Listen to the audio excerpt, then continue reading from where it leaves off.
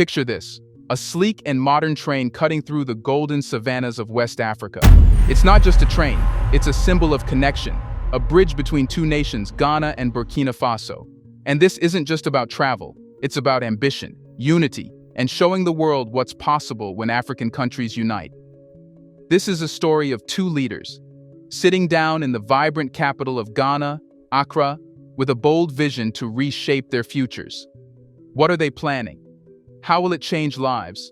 And what does it mean for the entire continent? And most importantly, who are we talking about? Here, we would like to take a moment and thank you for supporting us and being a valued part of our strong community. And if you are not yet a member, we encourage you to join us and help build an even stronger community together. Let's get started.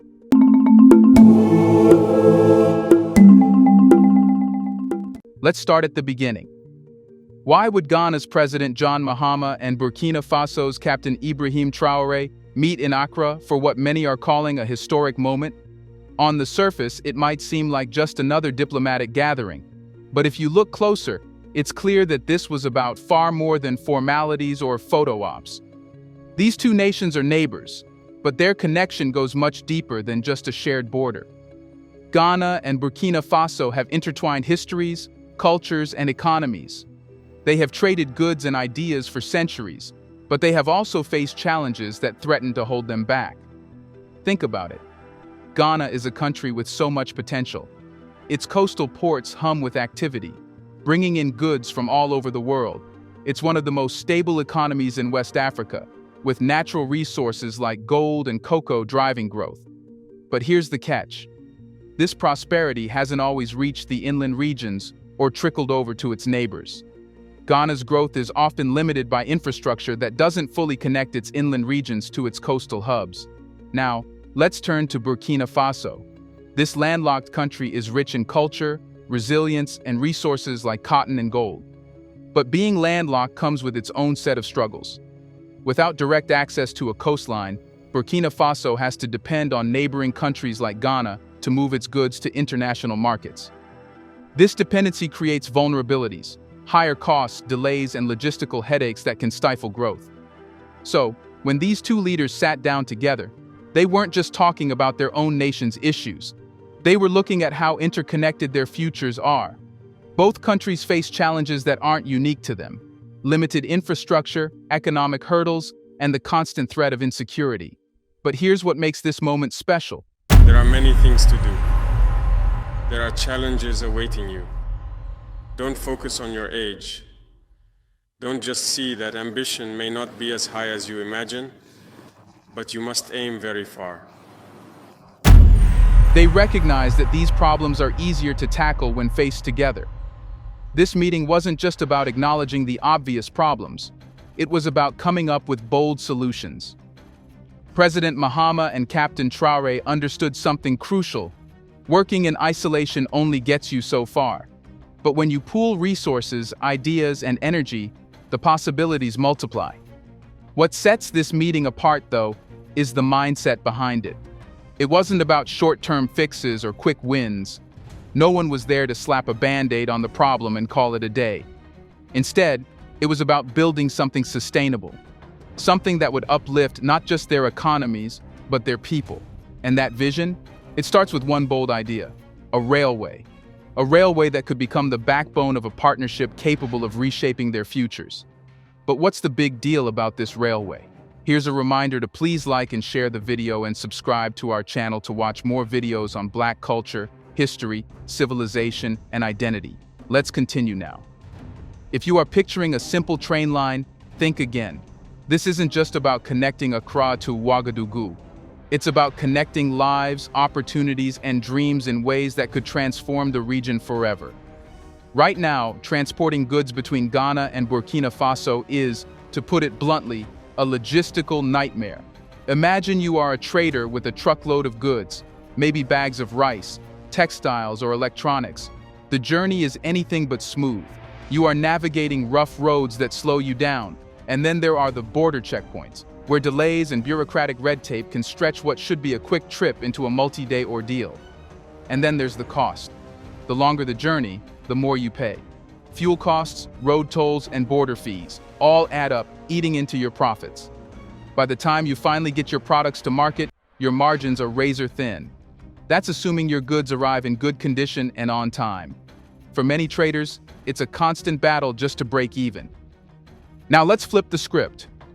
Imagine a railway, fast, efficient, and reliable, cutting across the borders and erasing these hurdles. Goods that used to take days to transport now take hours. Costs that once drained profits are slashed significantly. For traders, it's not just a convenience, it's a lifeline. And it's not just the traders who benefit. Think about the farmers.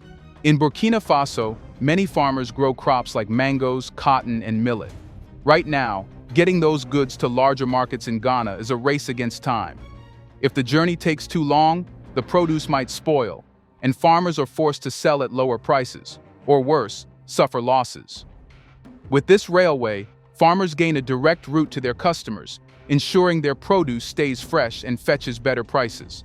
Then there's education. For students in Ghana and Burkina Faso, the railway opens up a world of possibilities. Right now, studying in a neighboring country can feel like an impossible dream because of the logistical challenges involved.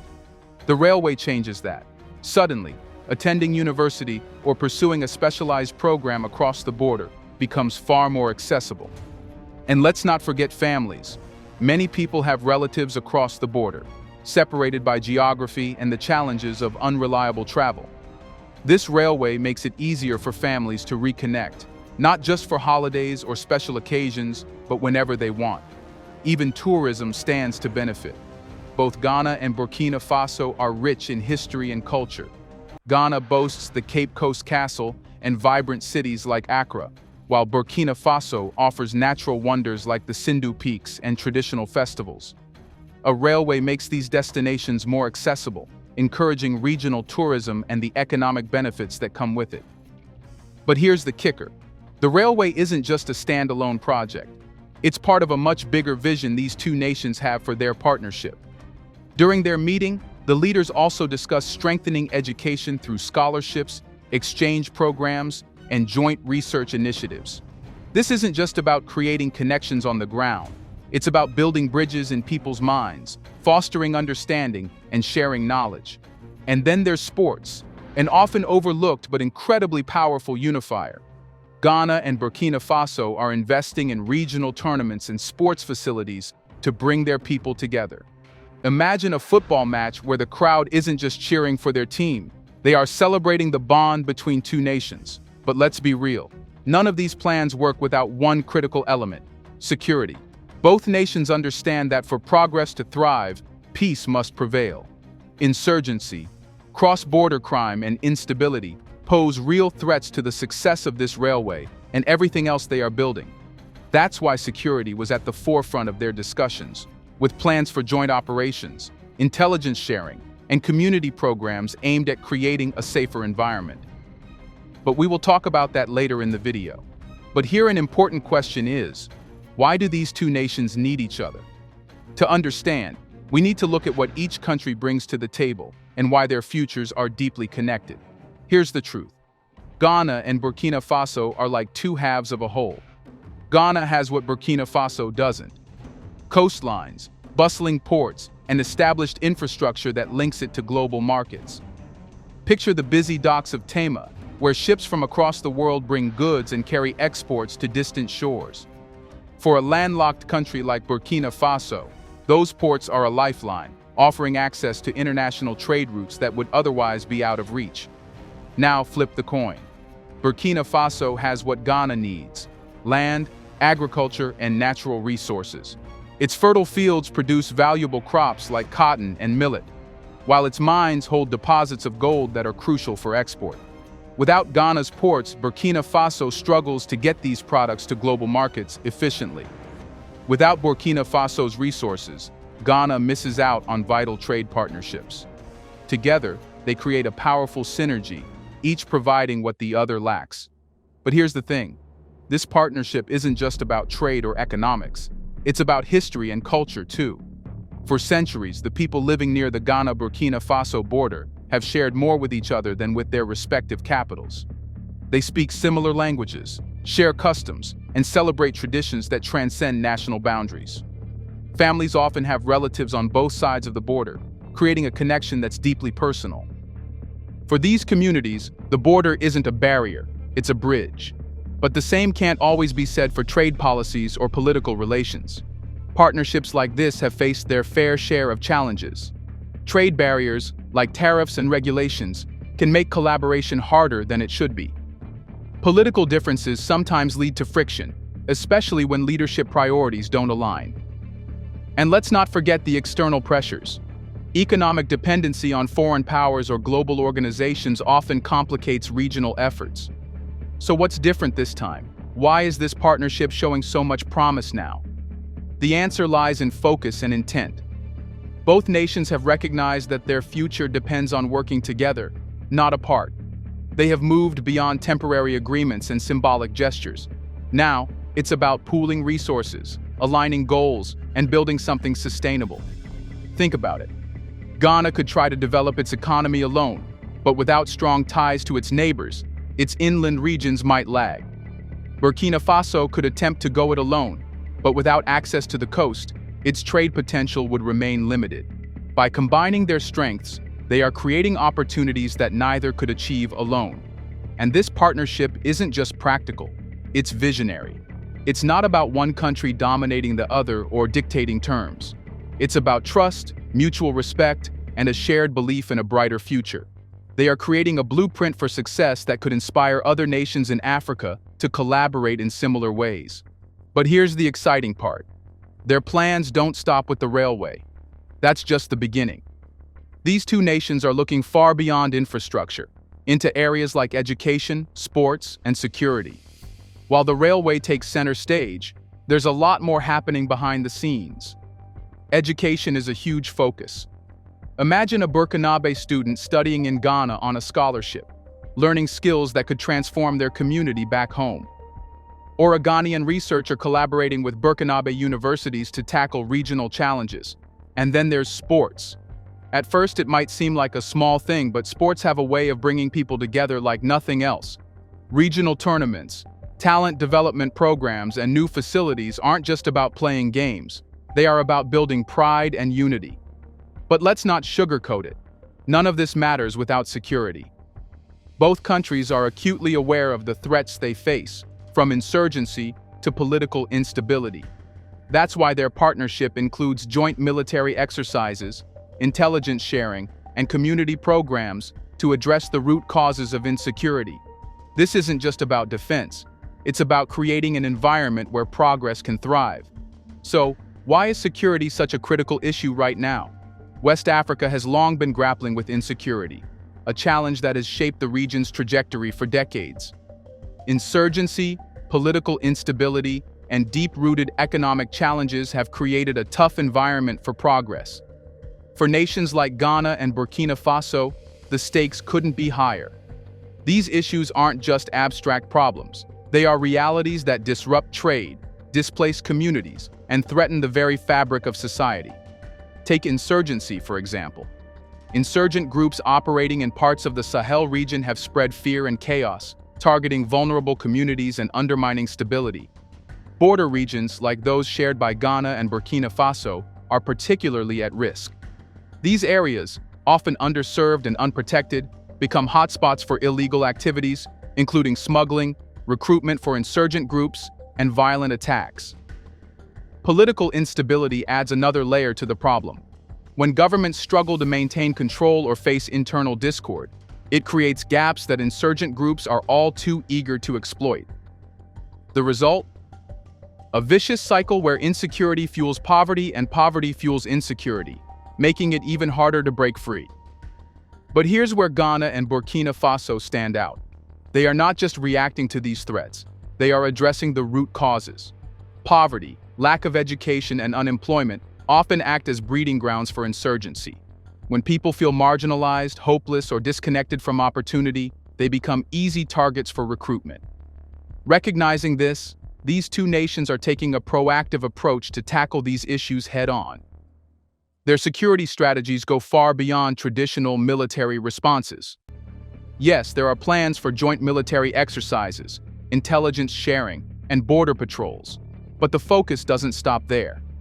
These leaders understand that true security comes from resilience, and resilience is built in communities. Take education, for example. By ensuring that young people have access to quality education, Ghana and Burkina Faso are cutting off one of the pipelines that insurgent groups rely on: disenfranchised youth with no prospects. Education doesn't just provide knowledge, it instills hope and creates opportunities, giving young people reasons to invest in their communities instead of abandoning them. Job creation is another cornerstone of their strategy. When people have stable, meaningful work, they are less likely to be swayed by the false promises of insurgent ideologies. That's why infrastructure projects like the railway are so critical. They don't just move goods and people. They create thousands of jobs, injecting life into local economies and giving communities a reason to believe in progress. Community empowerment is also key. By involving local leaders, religious figures, and grassroots organizations, these nations are fostering trust and cooperation. Insurgent groups thrive in environments where people feel disconnected from their governments. By bridging that gap, Ghana and Burkina Faso are making it harder for these groups to gain a foothold. And when peace prevails, the benefits ripple across every sector. Businesses can operate without fear of violence or disruption, allowing trade to flourish. Schools can stay open, nurturing the next generation of leaders. Farmers can work their fields without worrying about raids or displacement. It's a domino effect where security doesn't just mean safety, it means growth, stability, and opportunity. But this isn't a quick fix. Building resilience takes time, resources, and unwavering commitment. What sets Ghana and Burkina Faso apart is their willingness to invest in long-term solutions rather than just temporary measures. They are not just securing borders, they are securing futures. So while the challenges are immense, the approach is inspiring. Ghana and Burkina Faso are proving that with the right strategies, even the toughest problems can be tackled. And when that happens, the rewards extend far beyond their borders. If you are a small business owner, transportation and security are everything. Without affordable, reliable ways to move goods, your business struggles. Without peace, your community can't thrive. The railway and the focus on security are game changers for businesses big and small. Farmers can send their produce farther and faster. Artisans can reach more customers. Traders can expand their networks without worrying about high costs or dangerous routes. And it's not just about the immediate benefits. When businesses grow, they hire more people. More jobs mean more income, which means stronger, more stable communities. It's a cycle of growth that benefits everyone. But this isn't just a local story. Ghana and Burkina Faso's partnership has the potential to inspire the entire continent. Let's wrap up with the bigger picture. This partnership is about more than two countries. It's about redefining what's possible for Africa. It's about proving that collaboration works and that African nations can tackle their challenges together and create solutions that work for their people. Imagine if other nations followed this example. What could Africa achieve if more countries joined forces like Ghana and Burkina Faso? The possibilities are endless. Do you think more nations should do the same? Is unity the only solution? Let us know in the comment section. What will happen if all African nations unite? Do you want to watch more videos like this one? If so, subscribe to our channel and press the bell icon next to it. We have decided to bring videos on something nobody talks about: the Black culture, civilization, history, and evidence about how glorious Blacks have been. Thanks for watching, and until the next video, stay tuned.